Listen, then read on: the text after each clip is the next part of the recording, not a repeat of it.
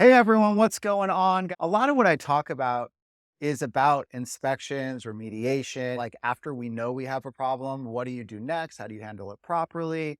How do you make sure that you're not getting, screwed over by a remediator or bad testing or whatever it might be? Today, I'm going to take a step even before that. Today is going to be all about prevention. So let's start with what I call finished rooms. These are kind of the basic room in any space of your house, a basic area in any space of your house.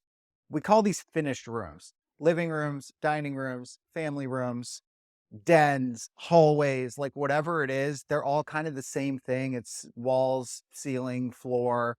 There's nothing kind of unique and special about it. Like a laundry room is a little unique, a bathroom's a little unique, right? So these are just kind of like the base starting level of every room in your house. These are your base finished rooms. Let's talk windows. Windows is a really big thing where we see mold problems happen. Almost every house we go into, there's something going on with the windows. So there's two reasons that a window has a problem. The first is it's not sealed properly. There's a leak. There's something happening where water's just kind of coming in. The second is around condensation that forms on your windows. Both of those are water sources. All right. So even though condensation is not like a leak from the outside, condensation creates water. Water is a problem. Okay. So a lot of us dismiss this because we're like, oh, it's not a leak. My windows condense. It's a normal thing that happens where I live. It should never, ever, ever be a normal thing. And if it is a normal thing in your space, then you have a problem. So that's one thing to prevent. And I got to tell you guys, like years and years ago, I used to look at this the same way. I continue to learn too. So like kind of towards more the beginning part of my career, I would go and I would look at windows and be like, oh, they look a little dirty. Oh, there's this or that, like whatever. And I dismissed it. And why did I dismiss it? Because I saw it all the time. And this is the same thing that I've kind of had to train myself to come out of, is just because something happens all the time doesn't mean that it's okay, that it's normal, that it should be happening. But at the time, that's kind of how I saw stuff. I was still learning and kind of putting everything in my like brain database of what's right and what's not right in these spaces, right? Then one day I go into a house and it looked a little more extreme and I test it and I do a swab test in the window. It ends up being literally the worst thing in the entire house, right? Like hundreds and hundreds of thousands of spore count on this sample of a window area. That really didn't look that bad. It looked like some dirt that was on the window. And it just kind of like opened my mind. And I started like looking through much more clearly and specifically and intentionally at windows in every house I went into after that. And most houses we go into now, we actually are sampling windows in some way. Sometimes it's a singular window, sometimes it's a composite of multiple windows that look similar. But the problem, let's start on the condensation side. If that water forms, that water sits around there, then you have dirt and dust and debris and all this other stuff around your house. That's an organic food source and mold will grow on that. And then the secondary thing is if your window is like an older window and it's actually a wood trim on the window instead of one of the newer plastic, vinyl, or metal ones, then you actually get mold growing like completely in the entire window section, like the frames around the windows and all that stuff, right? So it could be like a pretty significant problem. Now, the question is, well, why do we test that? Why not just clean the surface if that's the concern? If your window is condensing, we can see it condensing on the front end, but your window is made of the same stuff on the other side, right? Like if you have a middle or a vinyl or a plastic window or something like that, it could be condensing on the other sides of the window that are kind of hidden by the trim in other places. We don't know that, right? That's why it's so important to know what's going on with those things. And if you think about windows, like literally just close your eyes, just take 2 seconds, close your eyes, and imagine yourself walking through every single room of your house. What is the one consistent through line that you have in every single room of your house? It's windows. They are in every single room. So if you have a systemic window problem, because you have windows that have a condensation problem, which means they're either not insulated well, or you have some sort of misalignment with the relative humidity in your house as compared to the outside and what's going on. So you're not managing your internal humidity levels and then it manifests on the windows. Whatever's happening, that becomes a systemic house-wide problem. And every room you go into, you now have a source that's following you. Okay. This is one of the biggest things that happen in houses that I see that get overlooked, right? They get overlooked all the time, all the time. So what do you do on prevention? One, make sure there's no leaks around your windows, right? You got to have your windows evaluated. You're going to need, and you're going to hear a through line here, you're going to have people come out and look at your house. The whole point of prevention is that to prevent things, you have to find things before they happen. The only way that you find things before they happen is that you get things looked at before they happen, right? The same way that you go in to the doctor and you get like preventative types of tests to try to make sure that nothing bad is starting or happening or whatever, right? Like it's the same concept. Like you need to have checkups for your house. And there are different people that need to be doing different pieces of checkups. Some are you, some are experts that come in, right? For windows, you're probably looking at like a contractor or a window expert just to kind of come evaluate. I would do a one-time start, evaluate everything, just kind of see where it's all at. And then you're going to have like a contractor probably come out and do some other things in terms of preventative and some of these other areas that we're talking about. So maybe you have them kind of take a second look at the windows when they come and you build out the schedule over the course of the year. So that's the first thing. Make sure there's no leaks, anything coming around. Now, as far as the condensation, there's really three reasons that it happens. First reason, the actual insulation of the window failed. Some windows are two-pane windows. If you look at them, in between both layers, you'll start seeing like condensation or buildup in there. If that's happening, the window's failing because the exterior insulation isn't like working, right? So you got to get that looked at. You shouldn't have condensation forming in between window layers. That shouldn't be happening, right? So if you're seeing something like that, that means that the window itself is probably failing, needs to be replaced, needs to be looked at. The second is that the window is just an old window that isn't properly insulated, right? So the reason condensation happens is because you have significant temperature changes in different surfaces. So think like you take a cold glass of like lemonade outside, the glass has ice in it, right? It's cold. The air outside is hot and humid. What happens? Water starts building up on the outside of the glass. The same exact thing happens in the house. You're temperature controlling the inside of your house, and then you have the exterior temperature on the other side. Newer windows have better insulation. There's actually something called a CF rating, which is a condensation factor rating on windows. So newer windows actually have ratings for condensation specifically, and it's all based around how well insulated it is and how it can adapt to relative humidity changes and avoid getting condensation. So if you live in these parts of the country that have extreme weather or extreme humidity, so you're talking East Coast, you're talking the South, like places like that, you really need to make sure your windows are like on check, right? Because if you have old windows, this is the thing, like East Coast houses, some of these older houses, that part of the country, stuff is super old, right? I'm in a 70-year-old house. I mean, you go look at the windows look like they're 70 years old. If your window is 70 years old, 50 years old, 30 years old, this stuff didn't exist back then. They just installed single pane wood trim windows and that's all that they did. So you inherently are going to have windows that are not protecting you from this stuff in your house. It needs to be updated. You get in an old house, there are just things you have to do in old houses. This is one of those things. You're in an old house, you're in an old building, you're moving into an old place. You got to know, I have to look at my windows. I can't rely on a 50-year-old window that doesn't have new technology in it, that doesn't help separate the interior temperature from the exterior temperature and create a condensation issue. It's just something you have to do, right? And if you don't do it, it's going to continue to happen and you're going to keep having mold problems on your windows. And you're going to walk through every single room of your house and be exposed to it in every single room of your house. It's not like you have one source in your house at that point. I'm in my room right now. I got two windows in this room. I go in my daughter's room. There's two windows in her room. I go in my master bedroom. There's three windows in that room. There's a window in the bathroom. I mean, I add that up. I got 10 windows in just like 2.5 rooms, basically, right? So add up your whole house, every room you go in. That's how many sources you now have in your house if this is what's happening. So you need to fix that stuff, right? So that's a big prevention thing. It's getting the right type of window installed. It's understanding what type of window you need. You need a window expert to come in and help you evaluate this stuff, right? And understanding something called condensation factor. That's a good thing. So I would educate yourself on. It's called the CF rating, the condensation factor rating on these windows. And based on where you live, you might need different, right? So that's one big thing. Another big thing we're going to talk about for finished rooms is carpeting. All right. So prevention and carpeting. Let me talk about carpeting big picture. Carpeting can be impacted in one of two ways. And this is actually similar for other areas of your house too. It could either be a source. So I call that a primary source, or it becomes what I call a secondary source. Now, what's the difference? A primary source means that there's actually mold growth happening there. That is where the factory is located. That's where it's coming from. That's the source of it. Okay. A secondary source means that the growth isn't happening there, but because of the area of the house or whatever it is, so we're talking carpeting, right? Because it's carpeting, any particles that float through your house, so it's dust, it's dirt, but then what's in that stuff? It's mold spores, it's mycotoxins, it's bacterial fragments, all that stuff is going to settle down in the carpet. It gets into the carpet fibers. It gets under into the carpet padding.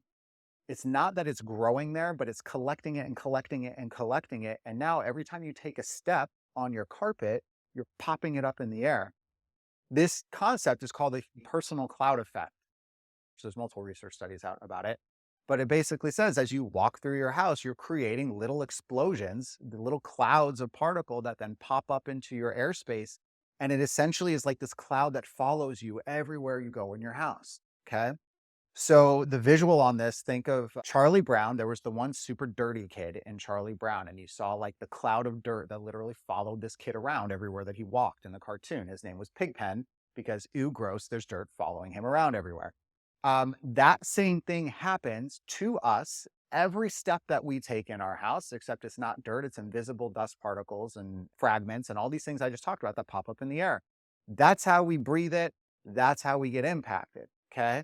Now, in those circumstances, the carpet isn't where the mold is growing necessarily, but it's collected so much of it that it becomes a source. So carpeting, just generally, guys, like you shouldn't have carpeting in your house. And now I know that we can't always fix that. Like I'm renting my house right now. Upstairs is carpeting. I can't fix it. Right? It is what it is. I can't fix it. I can't change it. It's not my house. My downstairs is solid flooring, and that's what it is. Okay.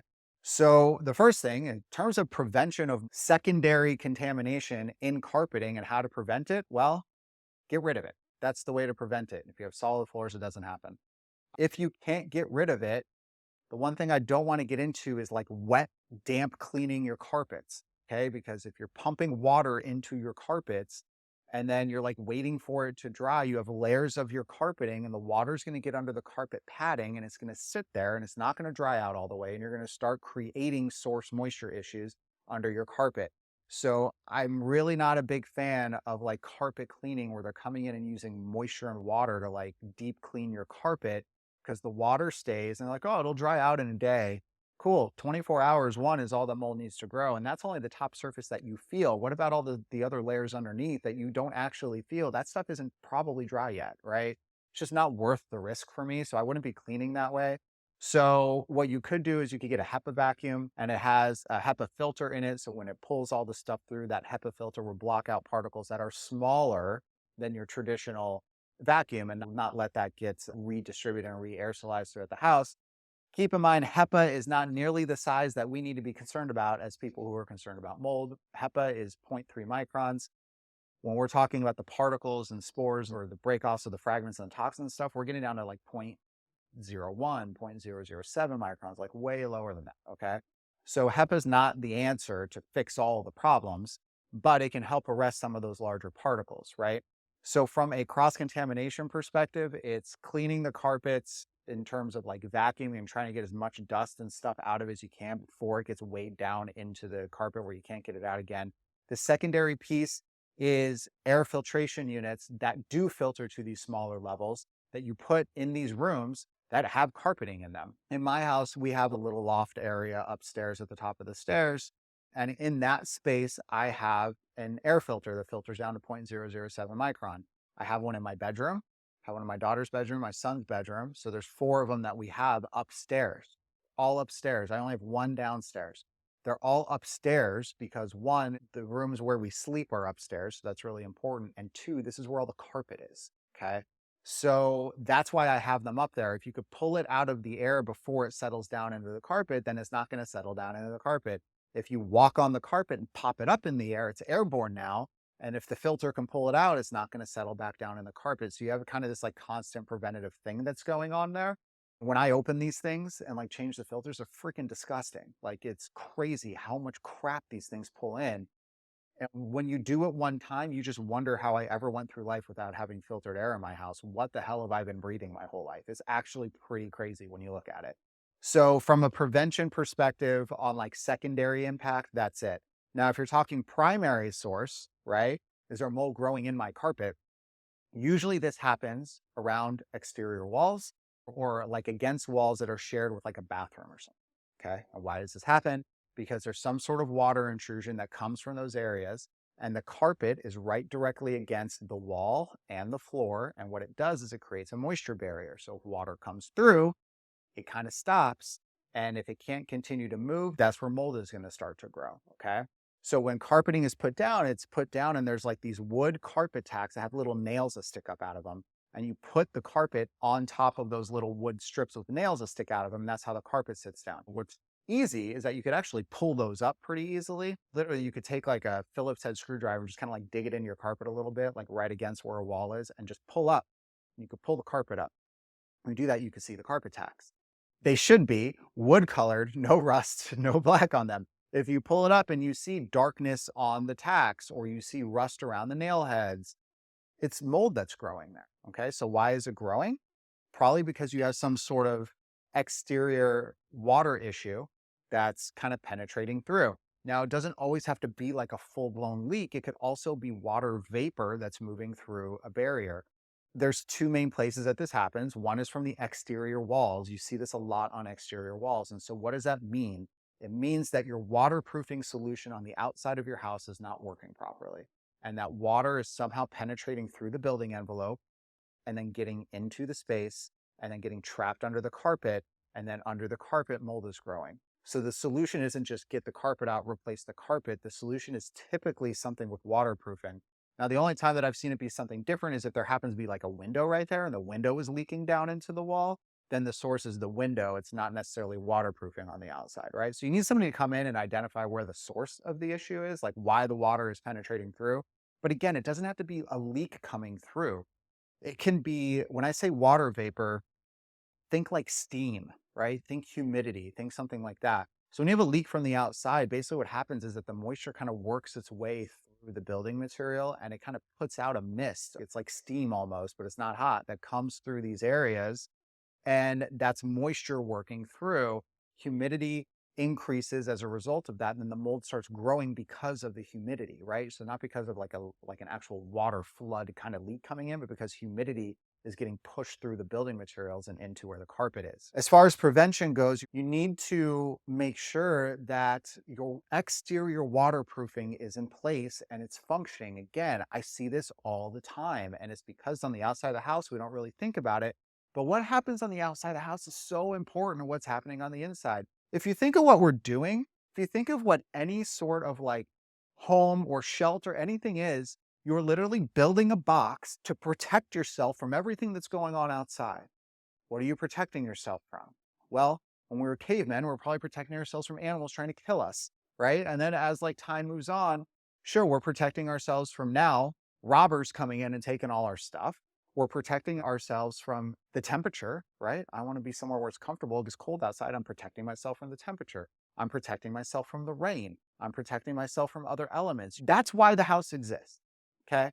So if that's the reason that the house exists, you got to make sure the house is actually protecting the inside. That's the whole purpose of the house, is to protect the inside from all the stuff that's going on the outside, right? What we do is we go to a house, we see it, it's up there. We forget about the elements and we think more about modern day stuff.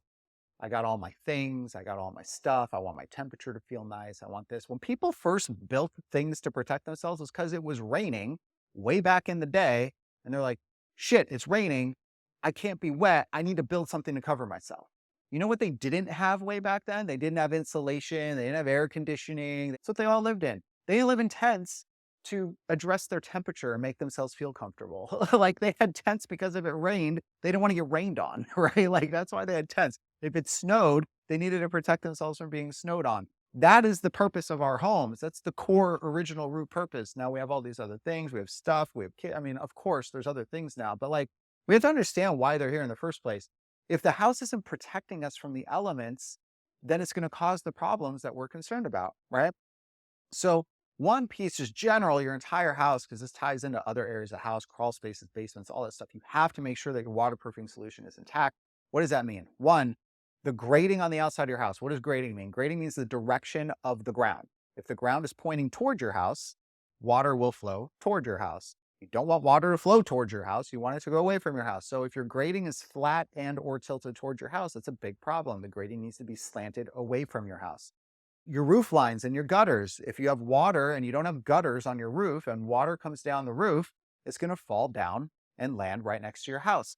I just learned this the other day. from one of my consultants on my team who had done this research, and I didn't even hear about it until I listened in on a call that he did, and it was amazing.